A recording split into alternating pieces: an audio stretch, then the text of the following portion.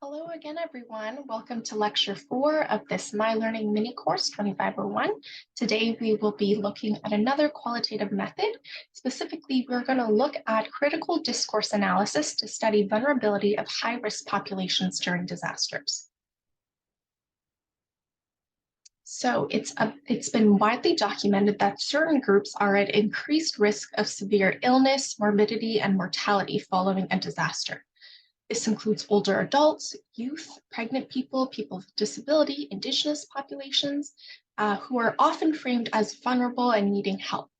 However, disaster risk is multifactorial and not simply the result of having underlying conditions, such as being an older adult or having a chronic health condition.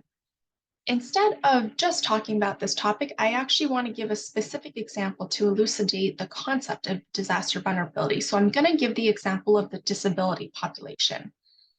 So although the disability population has often been framed as vulnerable and incapable during disasters, people with disability have not been made to be vulnerable just because they had a stroke or amputation or need a wheelchair, that kind of thing. It's not just that they have a health condition that makes them more impacted by disasters. Instead, there are socially determined disadvantages that are exacerbated by disasters, putting people with disability at higher risk, increasing vulnerability to impacts of the disaster. And this happens when disaster management protocols are not inclusive or don't consider the needs that people with disability have, such as mobility needs, wheelchair, cane, etc., sensory needs, sign language, etc., or a caretaker, translator, that kind of thing. And when we don't consider these needs in plans, such as from evacuation from buildings or for social distancing during a pandemic, people with disability are made to be vulnerable. Something else that is not considered is people with disability Something else that's not considered is people with disability are not always vulnerable to disasters when appropriate services are in place. For example, health assets include continued service provision even during a pandemic or other type of disasters. Appropriate funding is needed to cover essential resources and inclusive healthcare. Given this, there is a need for inclusive public health emergency preparedness strategies that can reduce disaster vulnerability of all groups, including people with disability. And this can be done through increasing accessibility and decreasing discrimination.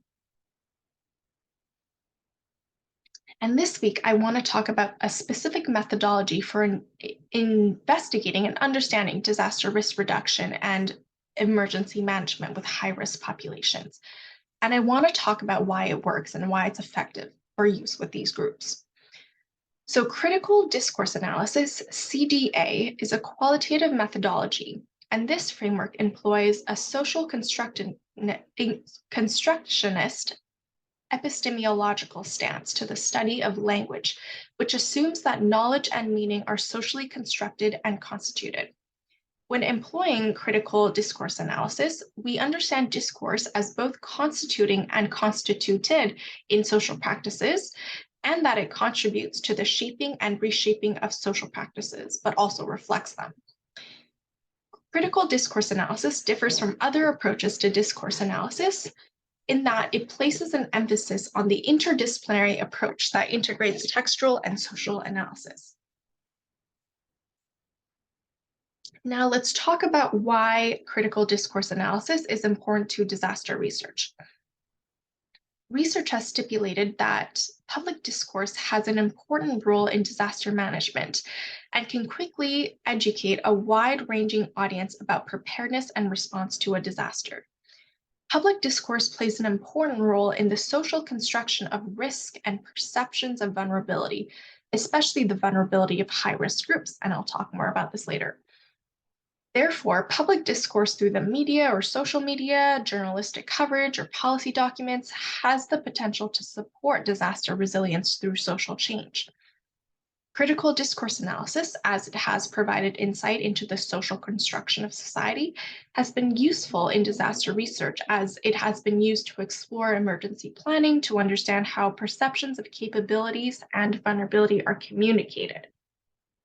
This includes older adults, which we looked at in the first lecture, if you recall, people with disability, and youth populations who are acknowledged to be at higher social risk during disasters. In the past, awareness through critical discourse analysis, such as policy document of a government emergency planning documents, has impacted policy development and training across different jurisdictions and sectors involved in disaster management. This supports inclusive practices and an all of society approach to disaster management strategies. Now, I mentioned critical discourse analysis has been used to investigate how discourse in different contexts impacts capabilities and vulnerabilities of high-risk groups. And I want to give a case example of this by looking at a study by Al-Baldawi et al. 2021, which is called Framing of Youth as a High-Risk Population in Canada. For a bit of background, during disasters, certain groups, including youth, may be disproportionately affected due to pre-existing inequalities and conditions. Traditionally, the vulnerable status of youth has been a salient feature of their representation in disaster literature, as it's been shown that they account for a large portion of natural disaster-related fatalities and how the psychosocial impacts of a disaster can be significant on youth. However, research has also shown that youth do have the capacity to contribute to their communities, such as what we saw in the Footavoy study 2 weeks ago. Youth are in a unique position where they can influence the preparedness of their households and communities as they serve in roles of risk communication and community mobilization. Therefore, the societal views and attitudes around youth's disaster vulnerability should be explored as this affects their integration into disaster risk reduction practice. This study was conducted by Al-Baldawi, and the objective was to conduct a critical discourse analysis of the journalistic coverage of 5 Canadian disasters, exploring how media coverage of these disasters portrays youth, their contribution to disaster preparedness, response, and recovery. So, what was the process in this study's critical discourse analysis? The researchers had created a data set of newspaper articles from CBC or CTV network and content from 25 major Canadian dailies. These were articles that reflected journalistic coverage of 5 Canadian disasters between 2013 and 2019. The Alberta floods, Fort McMurray wildfires, Ottawa tornadoes, and the Ottawa-Gatineau floods. The researchers screened these articles for ones that focused on youth and eventually retained 259 articles that met the inclusion criteria for the critical discourse analysis. In the analysis, the researchers took an inductive approach to find patterns of discourse in news media and revised predominant themes using a consensus approach. In this study, their critical discourse analysis revealed that the Canadian disaster news media framed youth using 5 lenses, and I'll talk about these next. The first theme was around the vulnerable status of youth. The majority of news coverage of youth in the 5 disasters portrayed them as a vulnerable group experiencing negative impacts of a disaster. This is a kind of discourse that frames youth as being stereotypical disaster victims. An example is the way journalists wrote about the mental health impacts on youth and the disruptions to their daily lives. The next theme is around how youth are passive bystanders.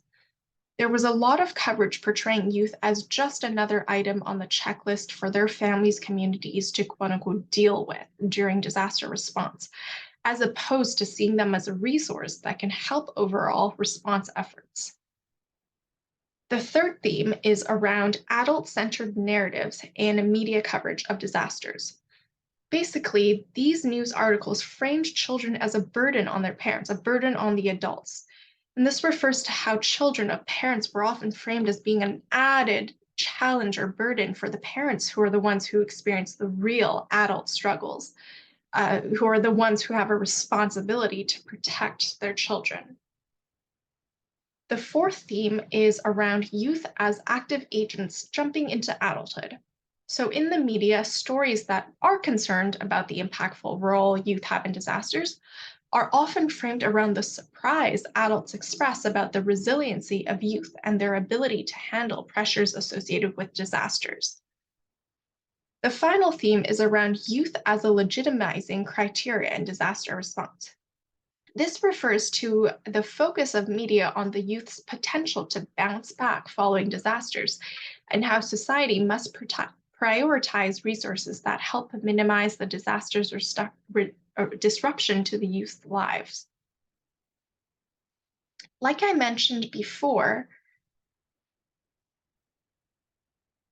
the objective of this study was to look at how the Canadian media framed disaster vulnerability of different groups, well, of youth.